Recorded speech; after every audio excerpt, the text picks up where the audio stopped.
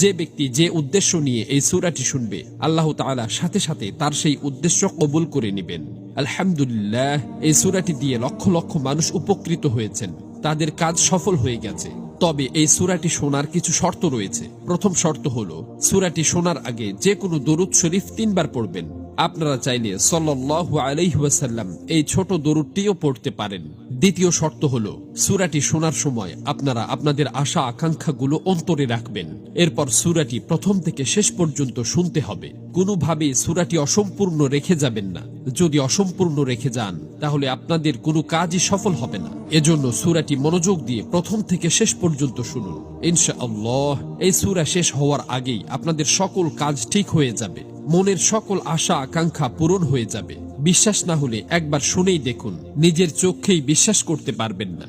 মহান আল্লাহর কাছে দোয়া করি, হে আল্লাহ, যারা পবিত্র কোরআনের এই সূরাটি শোনার জন্য গভীর আগ্রহ নিয়ে বসে আছে, আপনি তাদের সকল বিপদাপদ ও বালা মুসিবত দূর করে দিন। তাদের অন্তরে লালিত স্বপ্ন ও অপূর্ণ আশা আকাঙ্ক্ষাগুলো গায়েব থেকে পূরণ করে দিন।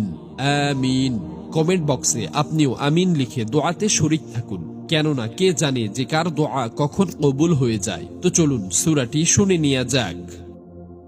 أعوذ بالله من الشيطان الرجيم. بسم الله الرحمن الرحيم. سورة أنزلناها وفرضناها وأنزلنا فيها آيات بينات لعلكم تذكرون. الزانية والزاني فاجلدوا كل واحد منهما 100 جلدة، ولا تأخذكم بهما رأفة في دين الله إن كنتم تؤمنون بالله واليوم الآخر، وليشهد عذابهما طائفة من المؤمنين.